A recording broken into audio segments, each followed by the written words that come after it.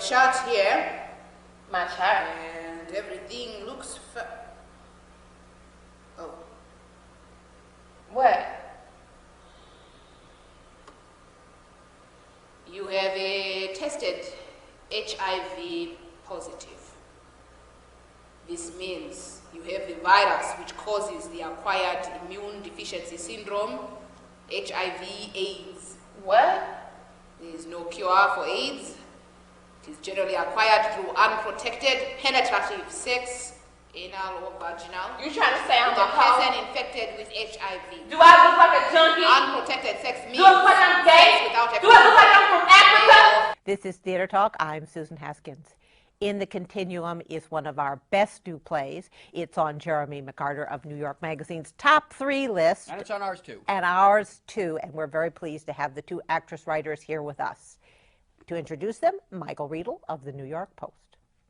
This is a fine, harrowing, tender, and often funny play about 2 women struggling with AIDS. We are joined tonight by the women who wrote the play and who are also starring in the play. Danai Gurira and Nikkole Salter. Welcome to Theater Talk, and congratulations on the success of In the Continuum. Thank you. Thank you. All right, this is a play, 2 women sort of on parallel tracks. Just tell us, if you will, the woman you're playing and what is happening in her life at this point.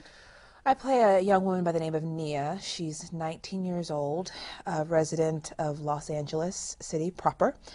And she is trying to sculpt her life around the success or the potential success of a young man named Darnell, hoping that he'll be a great NBA star and that her world will be as great as any MTV celebrity home edition. She's brought totally into the entertainment culture and the celebrity culture, and this is her ticket to out of the ghetto and into this world. Never really cultivated any of her own talents, never really encouraged to do any of that. Very much wanting to be on her own because she feels like she's a woman, she can take care of herself, she has a little job, and doesn't need her mother or anyone for that matter. She can sculpt an adult life all by herself. And she finds that she's pregnant and HIV positive. And while she's discovering this, Danai, what is going on with your character?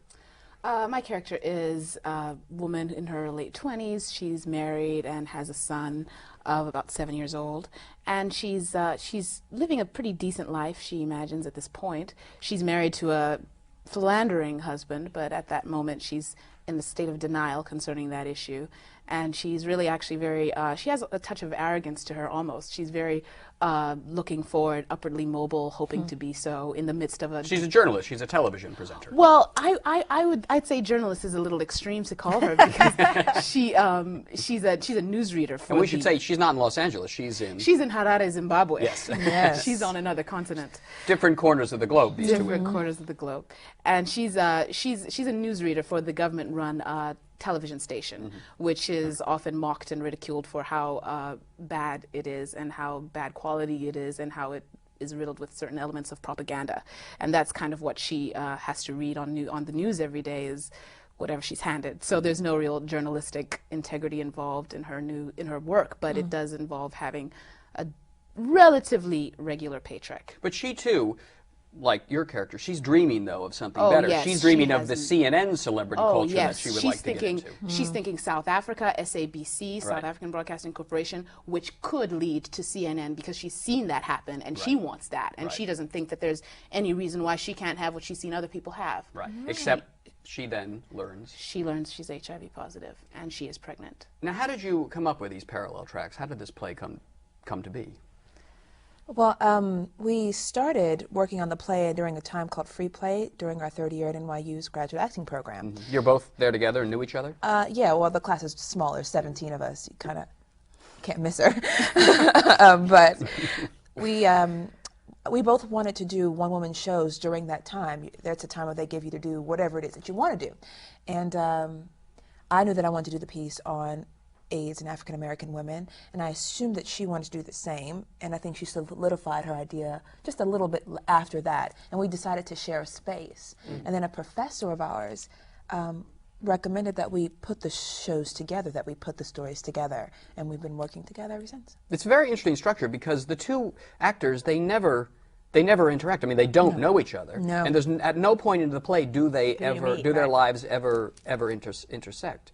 Well, it's a way of juxtaposing the cultures and of showing the humanity of two characters and the face of HIV and AIDS that we don't get to see, and all of its richness and all of its humanity and all of the people that are involved in this new face of AIDS and HIV as it rampages through our communities. We thought it would be not nice, that it's essential that we bring light to that issue in the realness and the scope of the world, not just as statistics. And the beauty of it was that it wasn't a contrived element. Like the parallels that we did find were just happened to be so. We both knew that there are certain things from my culture I really wanted to deal with and mesh out dramatically, and Nikkole wanted to do the same. And then there were parallels that were coming to be with these characters that never actually meet the different characters we created, but we didn't actually plan it that way, which was kind of the fascinating experience of creating it.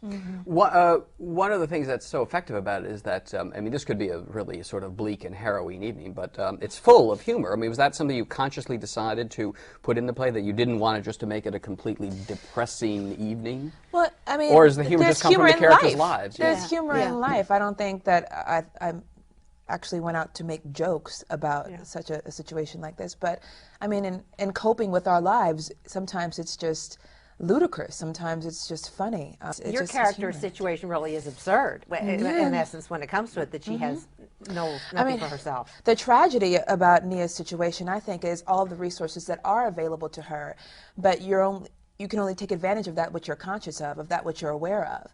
And so many cases of, especially AIDS, HIV and AIDS, the new cases, and old, I suppose, are diagnosed late within African Americans, and more African Americans die sooner from AIDS than any other demographic within the United States, and it's because of lack of taking advantage, I think, of a lot of the resources that could be available to them sooner.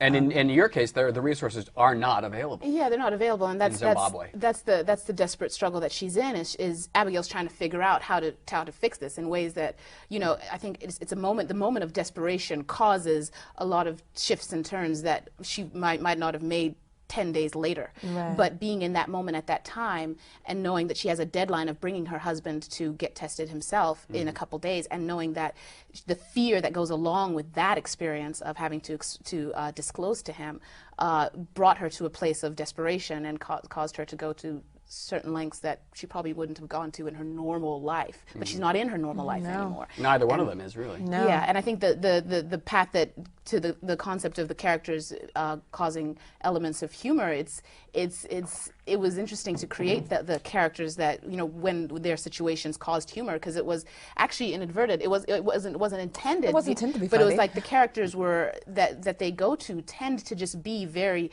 colorful people who, as they express themselves, aren't even aware of their own humor. Well, we should say that not only are you playing these two women, but you play a variety of characters in these women's lives, and as they, seek help or understanding of their predicament from all their various friends or people in her community and your friends, you play these other really, I think, well etched in characters. How did you go about bringing this to? You were started at Primary Stages, correct? Yes. And how did you get from NYU over to Primary Stages and with a full production? Well, it was interesting because, I mean, basically, doors just really opened for this show. We created it, we did it on a small stage in our theater at NYU, and people came and saw it and wanted to. People talk about it. People talked. It was word of mouth, and they said, let's, do you want to come here and workshop it? We were like, sure. And then someone else said, do you want to showcase it here? We were like, sure. And then Primary Stages, Primary Stages, I guess. they came and watched it when we were showing it up in the Bronx, and then they called us in and made an offer. Sure. And we were like, okay. And then we decided on a director who we really love.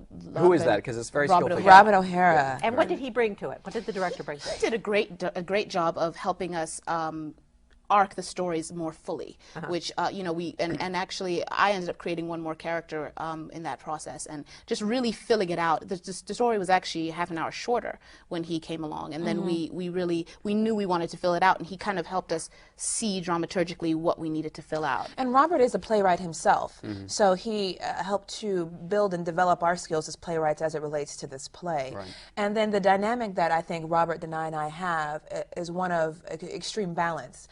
He tends to leave no stone unturned. He wants to go the extra mile, to run the gamut of all the tangents, to make sure that the piece says exactly what we want to say and doesn't say what we don't want it to say.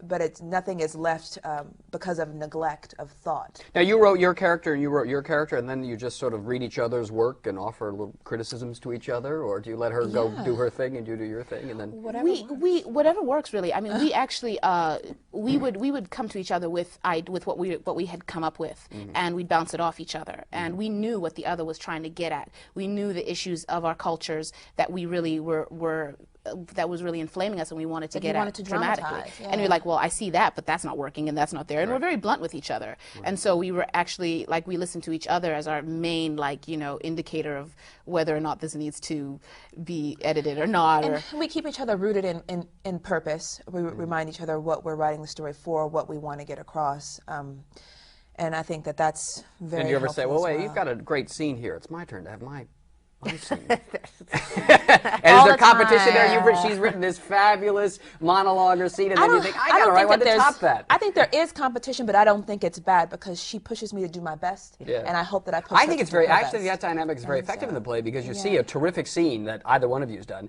and then you kind of went, well, let's see, the next one coming, can she match? Can she top it? And you always do. It certainly is. That's a dynamic in the play. Now, you're from Zimbabwe, correct? I'm Zamerican. You're Zamerican. That's good. I was born in the United States. I lived here till I was 5. We moved back. I grew up in Zimbabwe till I was 19. Came back.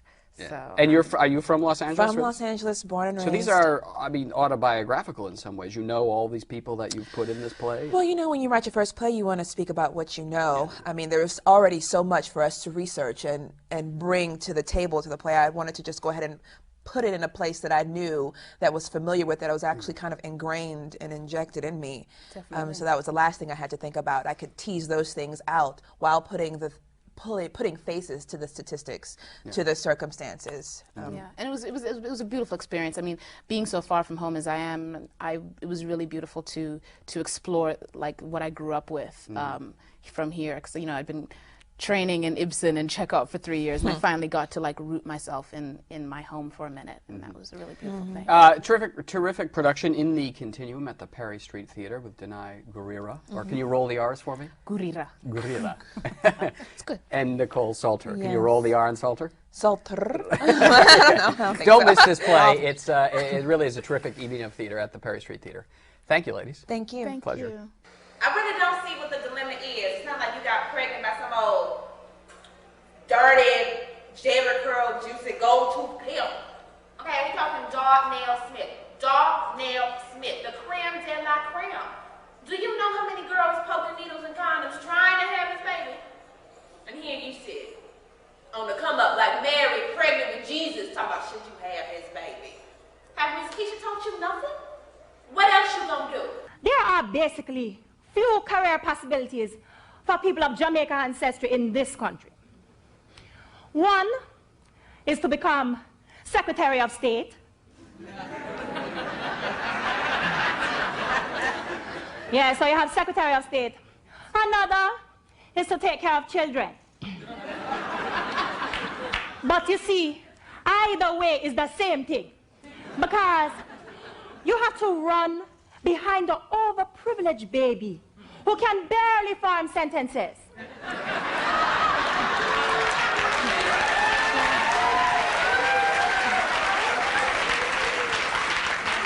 Yes, and then you see you must clean up his messes for him while he takes a nap.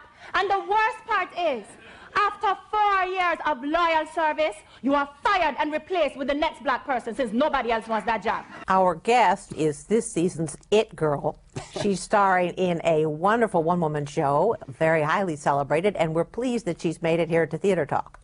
Bridge and Tunnel at the Bleecker Street Theater is a wonderful celebration of immigrants and what they bring to this country. It has written and performed by Sarah Jones, who is really just terrific, and as Susan said, she is the talk of the town now, getting rave reviews and sold-out houses down there. I went to see it the other night. I had a great time, as did everybody else in that packed house. Sarah Jones, welcome to Theater Talk. Thank you so much for having me. Now, am I right in saying that it is a celebration of the immigrant experience? You have it's a poetry jam session, and you play slam, and you play all the different characters, but they're all immigrants, and they all in their poetry are talking about their own particular experience in what we traditionally call the melting pot. Is that what you're doing here? I think, celebration is apt. I have a party up there every night. I really do. It's, probably like a lot of parties, there's a little drama in there. Yes, yes. But for the most part, it is about, kind of calling up all these voices, really trying to create a chorus that is touching on what the experience of being a new American is, but definitely in the context of who we all are as Americans. And we have a good time. We laugh a lot. Where'd you get the idea for this piece? This piece was co-conceived by me and my fiance, my partner, Steve Coleman, who was in Deaf Poetry Jam on Broadway. So after they, won a Tony for that, and it was this wonderful kind of, there was this sort of mini multicultural explosion that happened, to kind of shake up the great white way, if you will. We added the little black and a little Latino and a little Asian, kind of experience to that. And so Steve and I had already been working on another piece, a version of Bridge and Tunnel, where we basically took these experiences that we thought were really compelling, these voices that we thought were either, kind of funny and touching and moving, well, in some combination, just all of those layers that you don't hear if you turn on kind of, the Saturday Night Lives. You get a little snippet of an immigrant, but it's usually, they're kind of the butt of the joke, or we're meant to laugh at a silly accent. Right. But I wanted to hear these people really kind of ringing out on stage. And we had this idea and got some support from the Ford Foundation and a group called the National Immigration Forum. They said, hey, here's a commission. And I ran with it. And the next thing we knew, September 11th happened.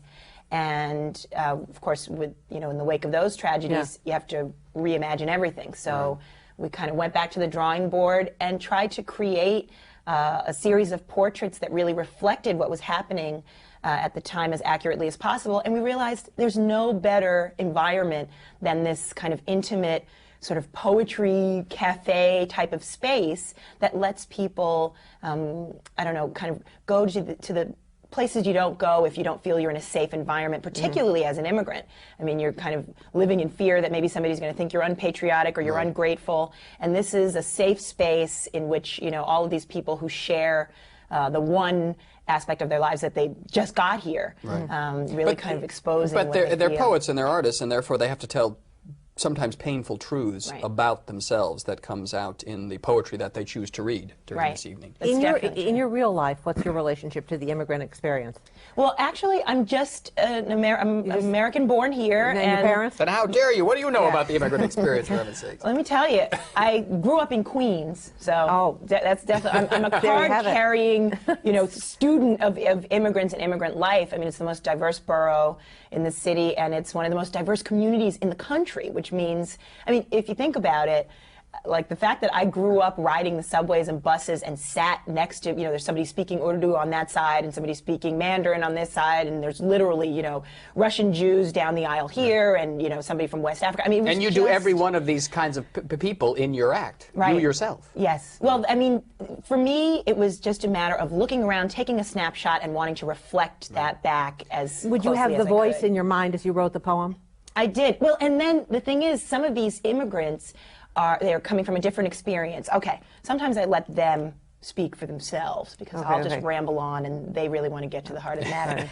And so, hi, how are you? Okay. Hello, Rose. It's wonderful to be here. Listen, I didn't see either of you at the theater. If I had seen you, I would have come and said hello. Sarah's terrible. She doesn't come take care of people. But I'm so glad you came because my name is Lorraine. There's a common idea that, we as a country have to be afraid of the immigrants. But then you forget somebody like me, an older lady, not so old, don't give me that look. But, an older lady like me, I'm coming from an immigrant background. I was very, very little when I came in the 30s. But still, that all of us can share in the immigrant story. That's the idea. And when you came here, how did they treat you? I remember, the name calling. I won't go into it. But, the point is that we all share this, even though we have part of the American story as new Americans. there are some people, some of us who are older, remember the first wave and all of that. and so the idea is that people like Lorraine are as much a part of the immigrant story and people who came over on, whose relatives came on the Mayflower. I mean, if you're 10th generation or, first generation. That's why I've always felt a great kinship with immigrants. Is that why? That's why. Yeah. One of the things I like so much about the portraits of these people that you create here is that you play with the stereotypes of them. I mean, the humor begins with the stereotype that we expect of the old Jewish woman from Long Island, the Korean woman, and then slowly you go from the stereotype to then reveal them as human beings that almost then breaks down the stereotype that we have of them. Stereotypes are such a funny animal. They come from what really amounts to our placing value judgments on certain aspects of who people really are. So the fact that someone has an accent shouldn't intrinsically be a bad thing, but we've kind of cast people as other or as, people that should be marginalized just because of the way they speak or maybe how they pray or, where they come from. And what I want to do is say, let's kind of crack open this idea of what a stereotype is altogether. When you hear an accent, do you want to laugh first because you're just conditioned to think, oh, that person sounds funny? Well, but we are, though, because we do laugh. As soon as you come out with the various different accents, you get huge laughter with them all. Well, I have to tell you one thing that is very funny. Okay, there is one character in the show, is very central there, and he is coming from South Asian background. We don't have a lot of South Asian. You are having seen that in American mainstream. Maybe you can say Apu from The Simpsons, but that does not count. Okay? And so in the theater, I want to be, who would Muhammad Ali, that is my name, who would I really be? Who is that guy? Yes, he is larger than life, but it is okay if you want to laugh at first and then really listen to who is that guy, what are his problems, what is his love life and his work life, his dream for his child, just like we have dreams for our children. Everybody is having same kind of experience. So I want to, kind of cast a totally different light on what the immigrant experience is, not, kind of the demographics and the statistics we see on the news that are maybe meant to frighten us, but what is the real kind of story there? What are the real experiences? We have a minute left. I want to ask you, you once sued the FCC, I am told, over your poetry. What happened there? I did once sue the FCC over my poetry. I got into this in part because of the New Eurekan Poets Cafe here in New York City. I've heard Rome Neal was there, yeah. Yes. Well, I wrote a poem called Your Revolution that the FCC mistakenly thought was obscene. Long story, but there were none of the 7 words it was just the biggest mess you can imagine. But there's a whole story about it online if people want to read about it. Did you win? I did win. I sued them because it was You were ahead of Howard Stern. Bizarre. You know what I mean? I was starting to expect the phone to start ringing from the Howard Sterns, replacing his sidekick. But the cool thing is, I sued. I had people like Gloria Steinem and. They never told me what was obscene. They just said, we think this is naughty, and they had never, kind of leveled this kind of accusation at anybody, this censorship at anybody but me and Eminem. Interesting bedfellows, as you can imagine. But I'm a fan of hip-hop music, and so the poem was related to hip-hop, and they were just confused and got it wrong. But we won, so that's what's important. A triumph. It was a Davina and Goliath, and I won. And not bad for the public relations aspect of things. Well, actually, it's not good if you're kind of touring around like I was doing. I was like on tour of India, and people are saying, tell me, are you that woman who was obscene? I thought that I saw her on the internet. And here we bring it up again. All right, bring it up again. I do have to ask you very quickly, though, just a technical acting question. You slip so quickly, as you've been doing here, so quickly into these characters. How is that accomplished? Well, I think I've learned a lot from the people I watched growing up. All of my heroes, from someone like Lily Tomlin to Meryl Streep. These are people who have such a clear idea of who the character is. They're so fully fleshed out, and they're also is a kind of respect for who that human being really is. Everything about them, their physicality, the palsy, everything about them is really, kind of integral to who they are. And so if you remember that, it helps you lock right in to everything about them, the voice, the posture, everything, because you've got that real image in your mind. Right, because it's a fully wrought human being, really. That's the goal. That's who we all are, so why not reflect it back? It's beautiful. Well, it's a terrific show, Bridge and Tunnel, at the Bleecker Street Theater, written and performed by Sarah Jones. That's me. You're charming, and we've been delighted to have you on Theater Talk tonight. I've had a blast myself. Thank you. So I accused my daughter to have a boyfriend. But she told me, Mom, you don't have to worry about boys because I don't like them. I said, yes. I said, yes, men can be difficult, but all women have to get used to that. She said, no, Mom, I don't like boys. I like girls. I am lesbian. So people make a lot of stereotypes about immigrants.